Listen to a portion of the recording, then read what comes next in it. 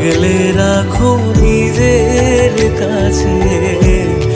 এই দুনিয়ায় তুমি ছাড়া কে আছে আমার?